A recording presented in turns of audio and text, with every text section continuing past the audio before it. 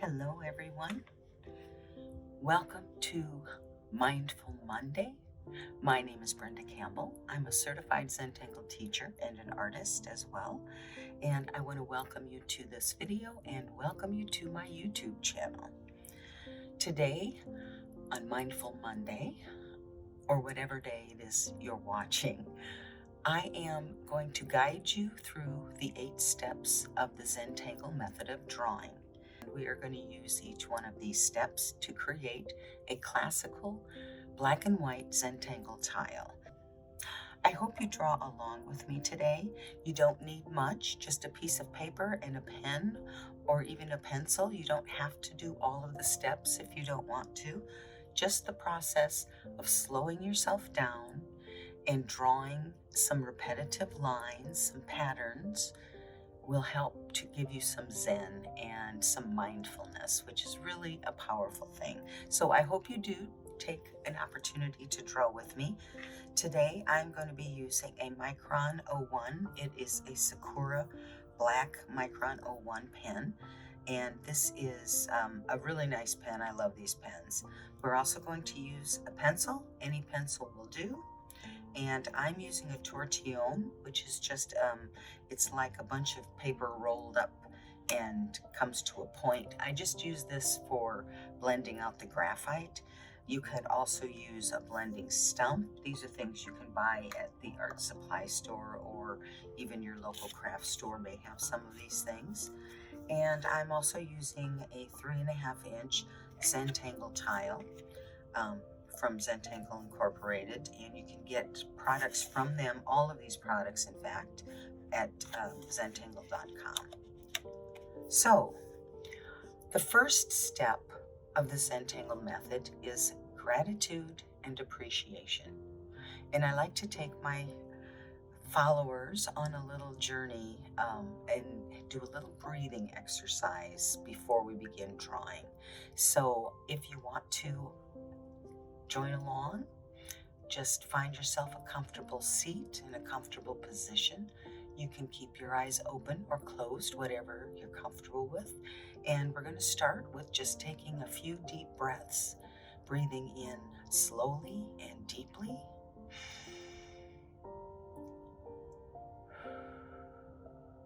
And exhaling also slowly.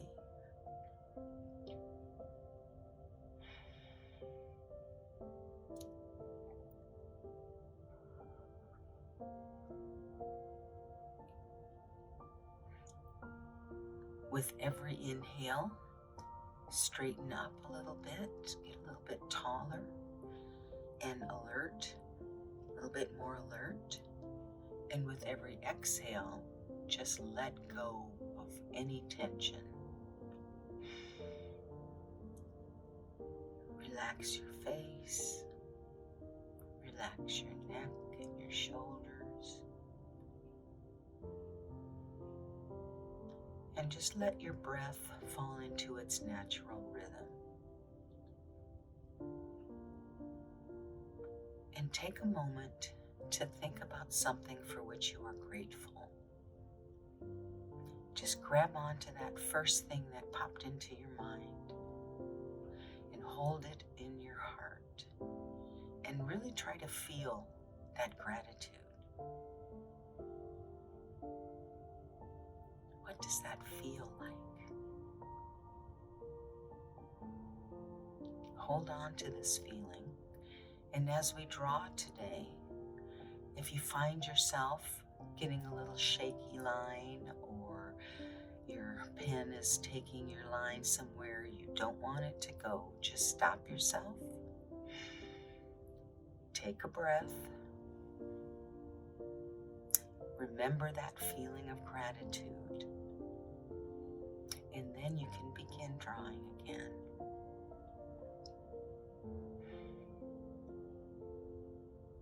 And whenever you're ready, if you've closed your eyes, go ahead and open them up. And we're going to begin step 2. We're going to pick up our pencil and we're going to draw a dot in each one of the 4 corners of our square tile. Then we're going to draw a border by connecting these dots. That is step 3. And then we're going to draw a string. And a string is simply a line that separates, a line or multiple lines actually, that separates the space inside of our border, and that kind of guides where we are going to put our tangles. So today's string is just going to be a simple single line, but it's going to be a zigzaggy line. So I'm going to draw that. There's my zigzaggy line. And I'm done with my pencil for the moment. I'm going to pick up my Micron 01 and I am going to begin working with the patterns. That is step 5, the tangles. So the first tangle we're going to draw today is called twing. And it starts with a zigzaggy line, which is why I like to use it if I use a string with a zigzag. And I'm going to begin by simply drawing right over top of this line that I drew for the string. And I'm going to turn my tile as I do this so that my wrist is comfortable and relaxed and relatively in the same position. That will provide me with a better consistency with my line. So there's my first zigzag. I just drew right over that string line in pencil. And the next step is to just aura this line. I'm going to aura it on the top, but you can aura wherever you like. And when I'm drawing an aura on something with points, I like to draw all of the lines in one direction first. And then turn my tile and draw the rest of the lines. I find this allows me a lot better consistency in my aura. Not that we're looking for perfection, because we're not. So that is the first step in our twing tangle. Now the next thing we're going to do is we're going to draw lines between the points of our zigzag, and they're going to kind of curve inward.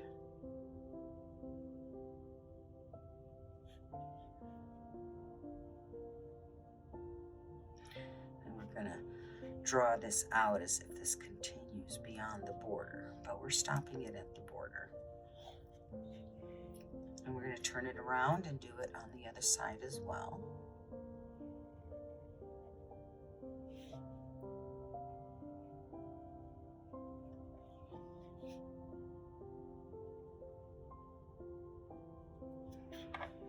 Okay, now we're going to aura these lines just like we did the zigzag line.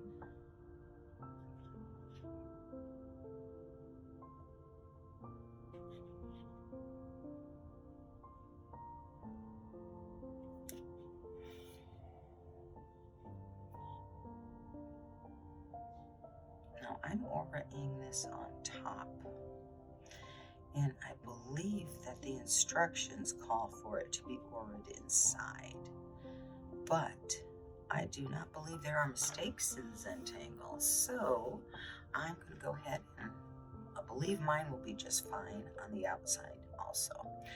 The next step in this pattern is to draw a line in the center, and I like to kind of make mine with, kind of gentle curves back and forth, and they go underneath the zigzag lines. Oh, see, I did that wrong again. No mistakes. How will I fix it? Let's do this. Okay, so my line went where I did not want it to go. So what I did was simply draw a line where I do want it to go. I'm going to leave that line alone, and hopefully I can make it part of the pattern, or I'll cover it up, one of the two. So what we have so far for twing is a border on each side with an aura and a zigzag line in the center. And the next step is to aura this line in the center. Got so concerned about my little oops that I almost forgot this. There. Okay. Now I've got two sections inside this area that we've created with twing, and the next step is to draw in the top of this center line. We are going to draw little orbs. Now I like to make mine fairly large, but I do like to have a lot of interest, so I vary the size.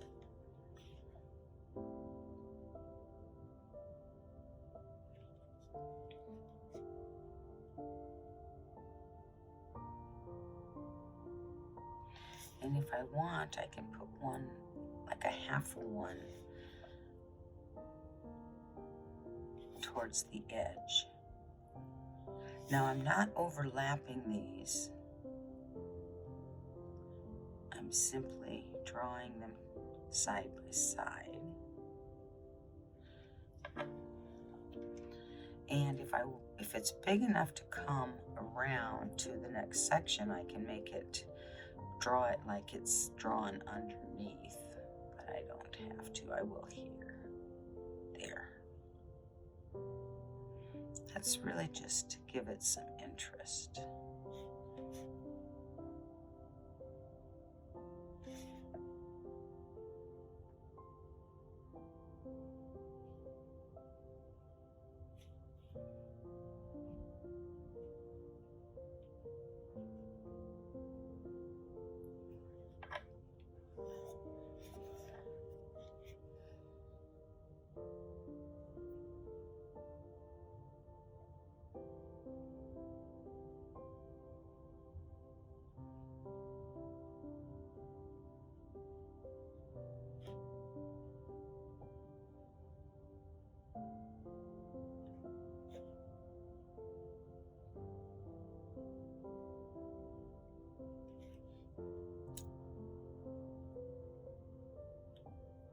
So drawing these orbs in this space is really like drawing tipple, which is a pattern itself.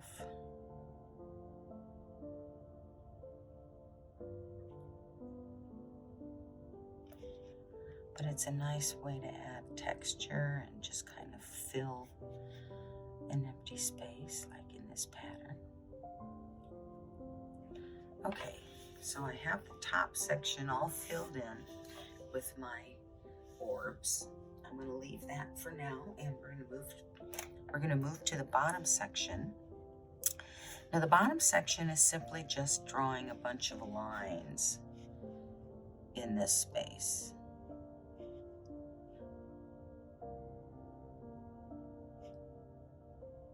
So I am going to do that.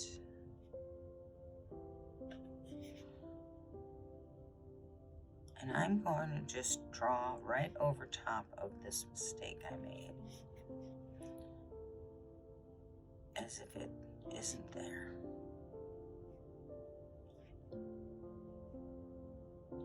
Now I'm turning the tile as I draw these lines because I want them to be just straight up and down from border to border without considering the zigzag. And this allows me to kind of do that a little bit easier. I just draw behind the zigzag line when I get to it.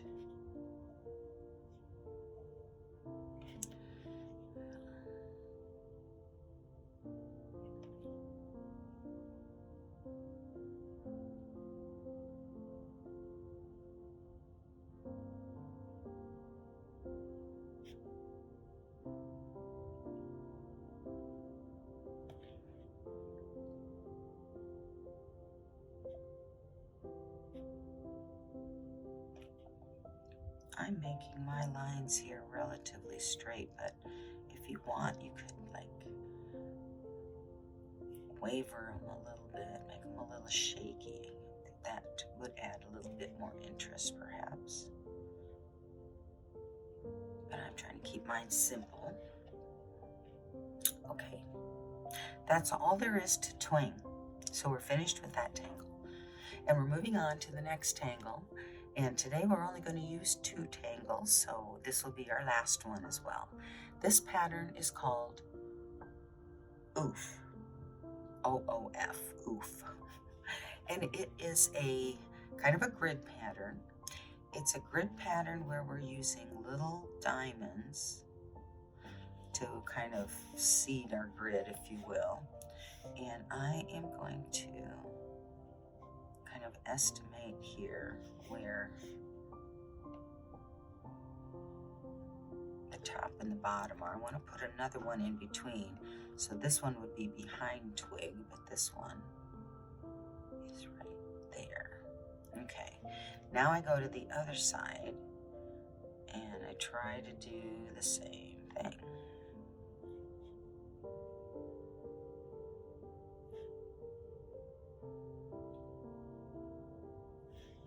And then these 2 would be covered up by twig. So I'm going to come to the center.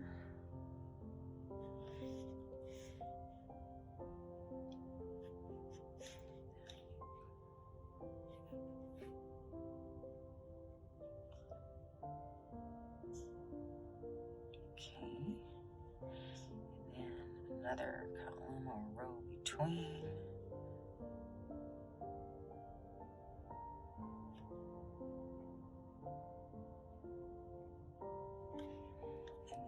Here will be our last one.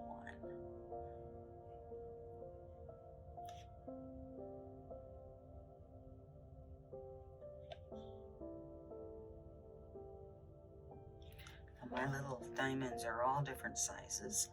There's nothing wrong with that. I'm going to go ahead and take a moment now and darken all of these black diamonds in. And because this is going to take a little bit of time, I am going to go ahead and kind of do this off camera, if you will. I'll probably cut it out of the video so you don't have to sit and watch me. But if you're drawing along, I hope that you'll just pause the video and take your time and fill in these squares with solid black ink. I am essentially just using small circular motions with my pen and filling it in with solid black. Sometimes I sculpt it a little bit to kind of make the box, the diamond shape a little nicer, or maybe make it a little bigger, but I will warn you, if you do much of that, you risk making it look really bad. So I'm very careful about how much of that I do. My experience with it has not been positive.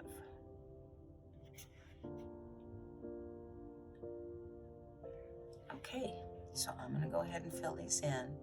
Pause the video if you're drawing along, and then when you get finished drawing yours in with solid ink, when you come back, we'll move on to the next step. All right, so now I'm back. We have all of our black diamonds filled in. I did that for 2 reasons. This pattern does not have to be drawn with these filled in solid black. You could leave them just open squares if you like, or diamonds, I mean. But I like to have a little bit of solid black in a pattern on a tile just to give it a little bit of drama. And I like to use the squares in this pattern to get that drama. And it also helps me to see the square or the diamond, because we need to be able to draw the rest of our pattern, and it all comes back to these diamond shapes. Let me explain. we're just going to jump into the next step. And what we're going to do is we're going to draw a shallow C shape, if you will. And we're doing the same side. It's like the bottom of the diamond to the top of the diamond, the next diamond. So there. We're going to do it again.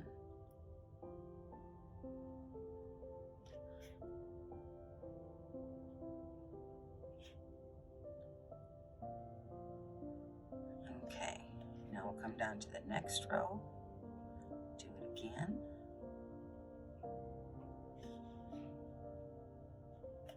This will be down here at the bottom. The key is to remember that really we're dealing with the bottom, or the back side, the right side in my case.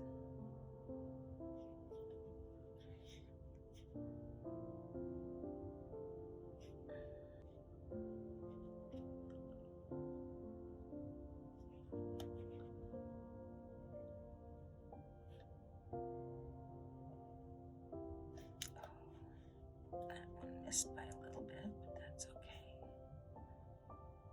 No mistakes.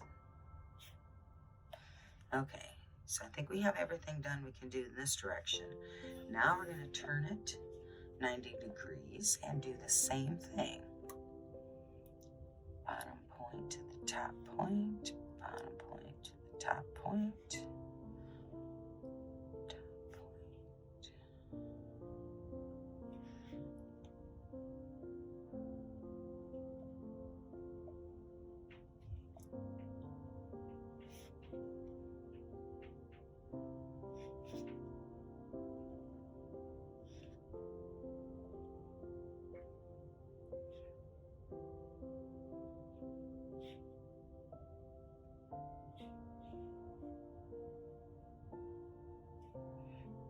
Okay, and then we're going to turn it again and do it the same thing.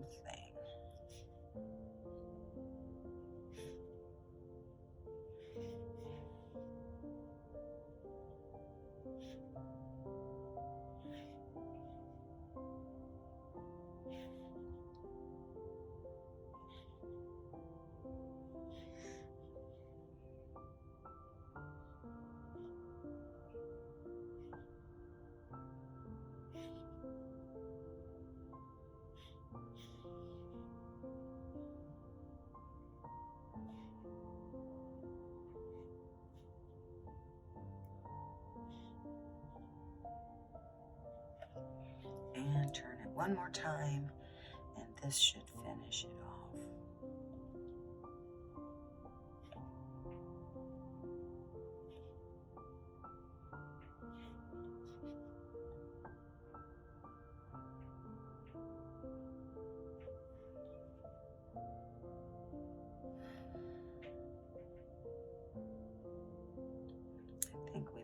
I goofed up there, but I don't care. I don't think it'll be that noticeable when the whole thing is finished. Okay, that is, nope, you've got this row here. Almost missed it.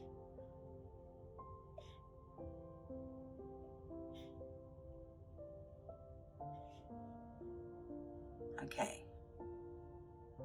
No? Yeah? Is that right? I think I missed that. Now, am I missing anything else? I think I've got them all.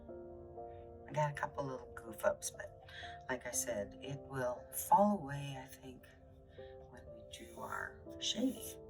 So we have two patterns on our tile today, oof in the background and twing across the center.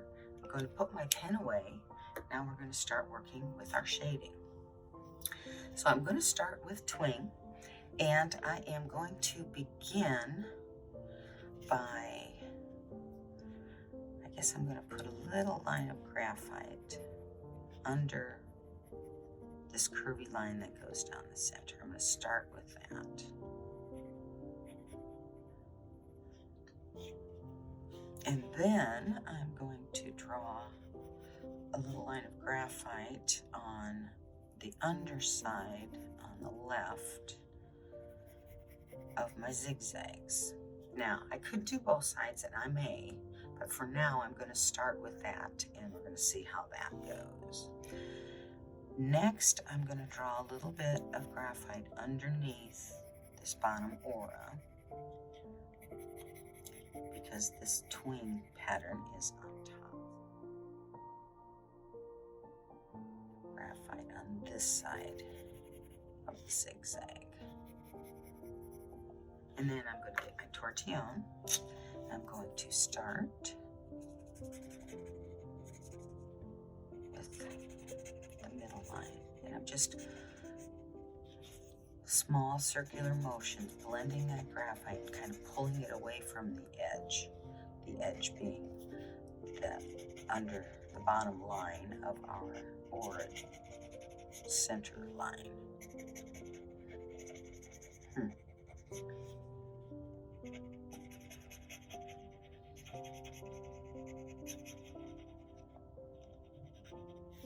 Okay, now I shall go inside and do the same thing with this line and this line and this one.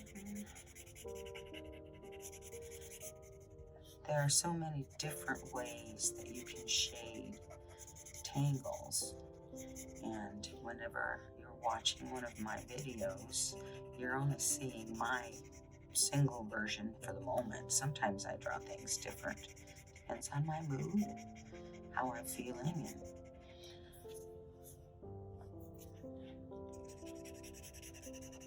so just remember that there is no rule that says you have to do it this way. If you are inspired to shade differently, then you should feel free to do that. Now, underneath is kind of a heavy line of shading. And that is my personal choice on this one as well. So you wouldn't have to make yours quite so bold if you did not want to. I'm going to go grab my pencil again, because we need something up on top for shading. And I think I'm going to put a line of graphite just on this bottom line of the top border to twing. And the reason I'm doing that is because I want to put a little bit of shading, a shade of gray, if you will, on this top aura, because I'm not going to put shading behind it over here, and I still want it to kind of stand out. By putting it on the line, I also can bring it down underneath and get a little bit of shading inside where my little orbs are. Now from there, I'm just going to add into some of these larger orbs a little bit of graphite, a little smile, if you will, of graphite in the bottom right corner of each one where I have room. And I'm not adding graphite just from what's left over on the tip of my pen, of my tortillon, because it gets kind of dirty when I'm blending it out. And this way I'm not getting too much graphite. And the other thing you could do is just simply draw around the outside of each one, but I think I'm good with that. So I've got a little bit of, what do I want to say, contrast in there.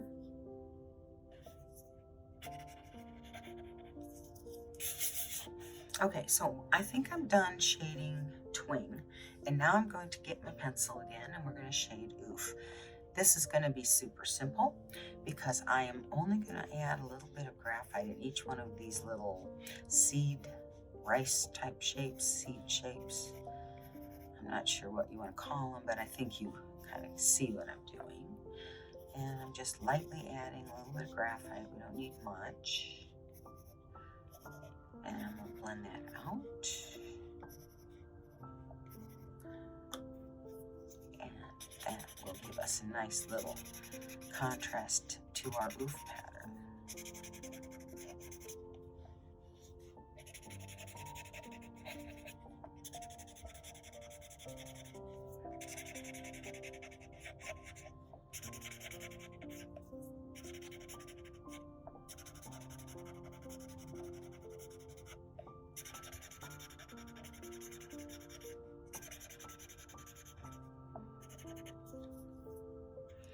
See that I might need another little line going this way.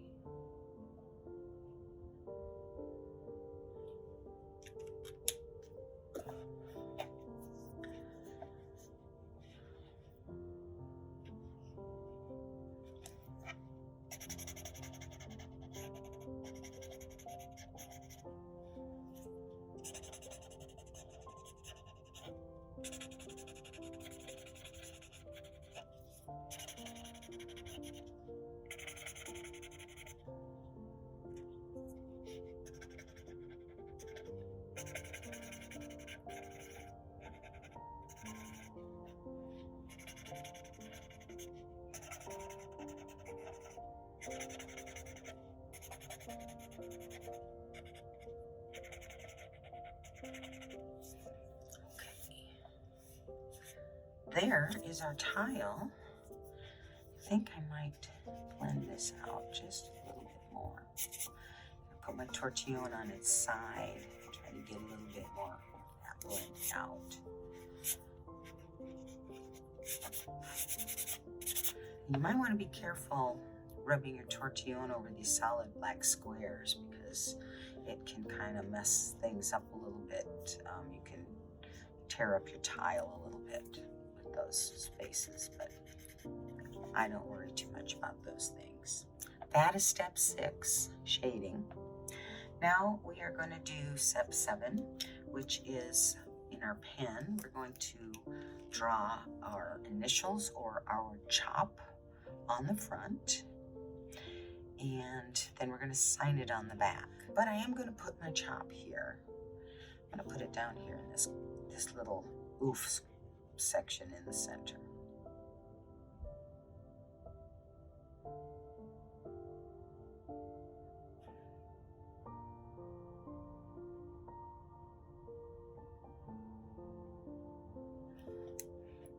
Then I will flip it over and I will sign it on the back.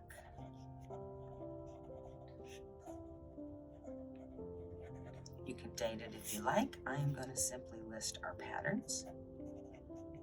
Twing was our first one. And oof was our second one. And there is our tile. And now step 8 is simply to enjoy and appreciate your tile one more time. You can turn it in all different directions and see that it really looks just as good no matter what direction it sits. That's the beauty of the Zentangle method. So I hope you enjoyed your time with me today, and I hope I have made your Monday a little more mindful. If you did enjoy this, I hope you will hit that like button and subscribe button. And if you want to be notified every time I drop a new video, you can hit the notifications as well. I hope to see you again, and please share your pieces if you're drawing along with me. I love to see what everyone is drawing. Until next time, be you and be happy.